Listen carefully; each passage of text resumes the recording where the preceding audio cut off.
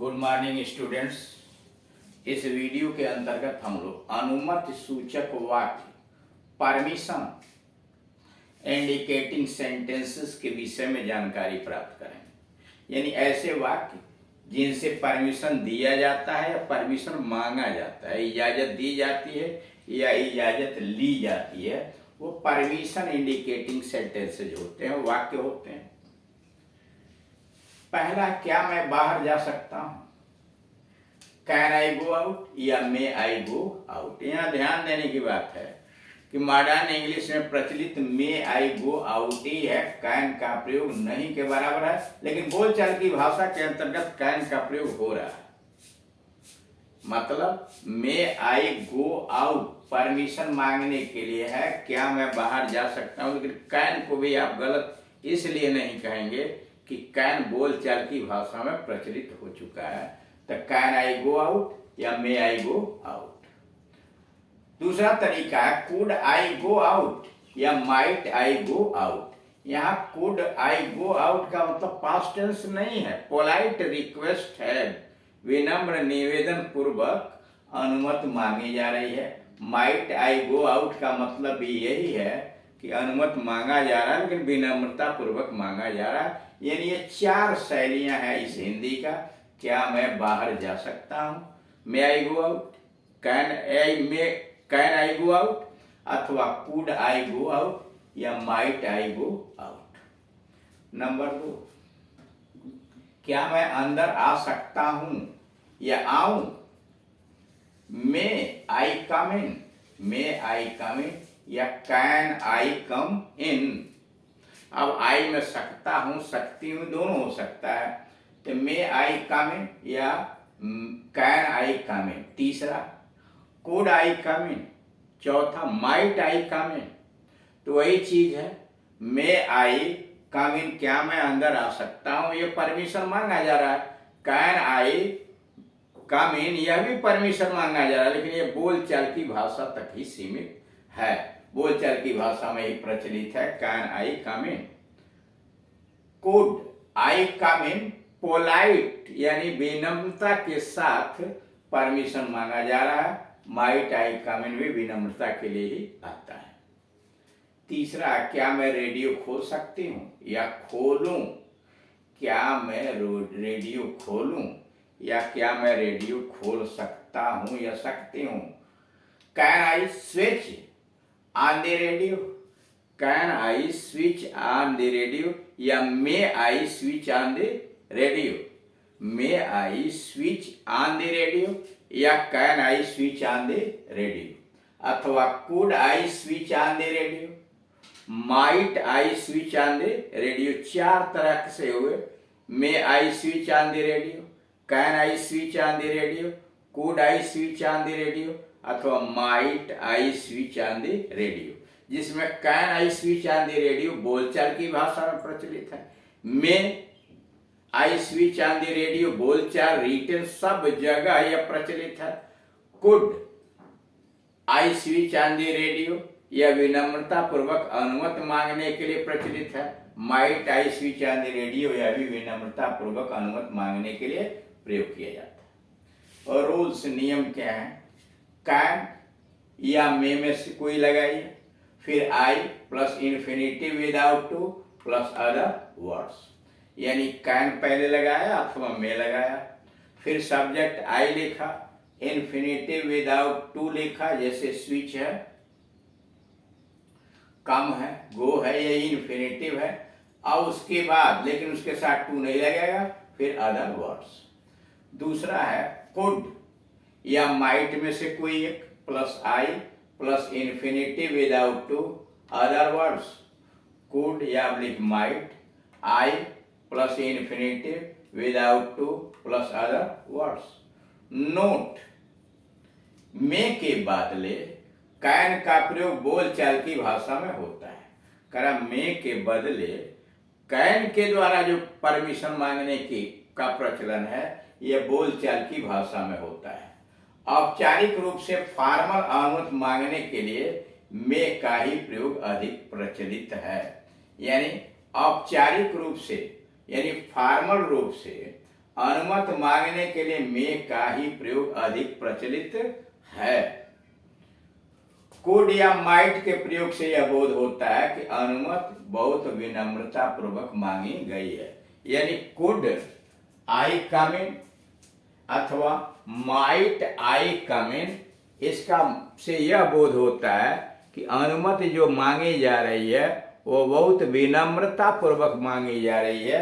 यानी जब आप कुड या माइट लगाएंगे, यानी कुड आई कम इन या माइट आई कम इन, तो इसका मतलब यह है कि आप परमिशन बहुत विनम्रता पूर्वक मांग रहे हैं।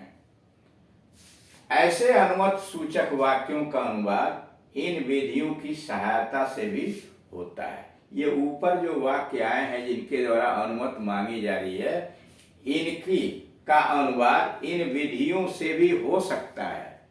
जैसे पहला है, क्या मैं रेडियो खोल सकती हूँ या खोलूं? क्या मैं रेडियो खोल सकता हूँ या सकती हूँ? क्या मैं रेडियो खोल दूं? Do you mind my switching on the radio? यह भी तरीका है अनुवाद करने का। Do you mind my switching on the radio? क्या मेरे रेडियो खोलने पर आपको एतराज है? यह बनावट के आधार पर नहीं है, यह भाव के आधार पर है। Do you mind my switching on the radio? अथवा would you mind, would you mind if I switched on the radio? Would you mind if I switched, second form है, if I switched on the radio? Number 2, क्या मैं अंदर आ सकता हूँ या आऊं? क्या मैं अंदर आ सकता हूँ? Do you mind my coming in? Do you mind my coming in? वही चीज जैसे may I come in, can I come in, might I come in, could I come in, बना ना, उसी का एक नमूना यह भी है। Do you mind my coming in? अथवा do you mind if I come in? Do you mind if I come in? अथवा would you mind if I came in, second form में, Do you mind if I came in? यानी आप देख रहे हैं कि 7 तरह से एक ही वाक्य का ट्रांसलेशन हुआ। क्या मैं अंदर आ सकता हूं? पहला क्या, मे आई कम इन। दूसरा हुआ कैन आई कम इन। तीसरा हुआ कुड आई कम इन। चौथा हुआ माइट आई कम इन। और पांचवा हुआ do you mind my coming in. और छठवां हुआ do you mind if I come in. और सातवां हुआ would you mind if I came in. यानी 7 प्रकार से एक ही हिंदी के लिए आप अंग्रेजी बोल सकते हैं। नंबर 3, क्या मैं यहाँ धूम्रपान करूं या कर सकता हूं? क्या मैं यहाँ धूम्रपान करूं या कर सकता हूं? दूसरे मॉडल को यानी इस प्रकार से ऊपर वाला तो 4 दिखलाया जा चुका है, यहाँ 3 है। Do you mind my smoking here? Do you mind my smoking here? अथवा do you mind if I smoke here? Do you mind if I smoke here? तीसरा नंबर, would you mind if I smoke here? Would you mind if I smoke here? अब यहां भी देख रहे हैं 7 तरीके से आप ट्रांसलेशन कर सकते हैं। क्या मैं यहाँ धूम्रपान करूं? तो 3 तो यह हो गया, do you mind my smoking here? अथवा do you mind if I smoke here? तीसरा, would you mind if I smoked here? चौथा, कैन आई स्मोक हियर? पांचवा, मे आई स्मोक हियर? छठवां, कुड आई स्मोक हियर? और सातवां, might I smoke here? यानी ये 7 तरीके से एक ही हिंदी की अंग्रेजी कही जा सकती है। अब आइए रूल्स, नियम क्या है। Do you mind my, verb में I N G plus other words. Verb में आईएनजी मतलब प्रेजेंट पार्टिसिपल। तो do you mind my present participle यानी वर्ब में आईएनजी लगाइए प्लस अदर वर्ड्स। दूसरा है do you mind if I, do you mind if I plus full verb यानी simple present यानी present simple plus other words, यानी ये वाला मॉडल है इफ आई स्मोक हियर। यानी दूसरा है डू यू माइंड इफ आई और फुल वर्ब सिंपल प्रेजेंट में और अदर वर्ड्स। तीसरा है would you mind if I, would you mind if आई और उसके बाद फुल वर्ब जो आएगा वह पास्ट सिंपल में आएगा, यानी पास्ट इंडेफिनिट टेंस में आप इसको लिखेंगे। Would you mind if I full verb past simple में और तब अदर वर्ड, जैसे यहाँ लिखा है वुड यू माइंड इफ आई और पास्ट सिंपल यानी पास्ट इंडेफिनिट टेंस में स्मोक्ड और तब other words question mark. Note, इस प्रकार का अनुवाद हिंदी वाक्यों के बनावट के आधार पर नहीं होता है। इस प्रकार का अनुवाद हिंदी वाक्यों के बनावट के आधार पर नहीं करते हैं। यह है भावानुवाद जो लिखने बोलने में बहुत सहायता करता है।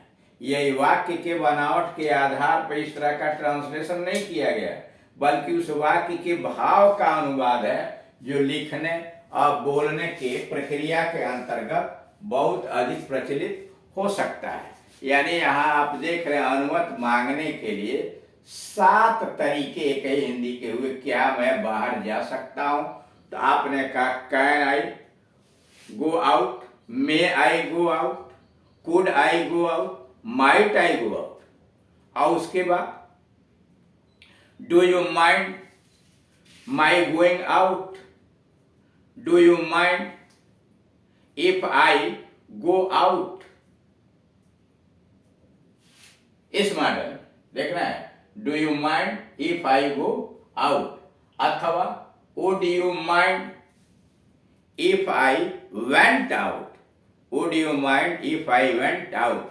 वुड जब लगाएंगे तो क्रिया भी सेकंड फॉर्म की होगी। अब इसमें शेष भाग अगले वाले वीडियोस के अंतर्गत समझाए जाएंगे।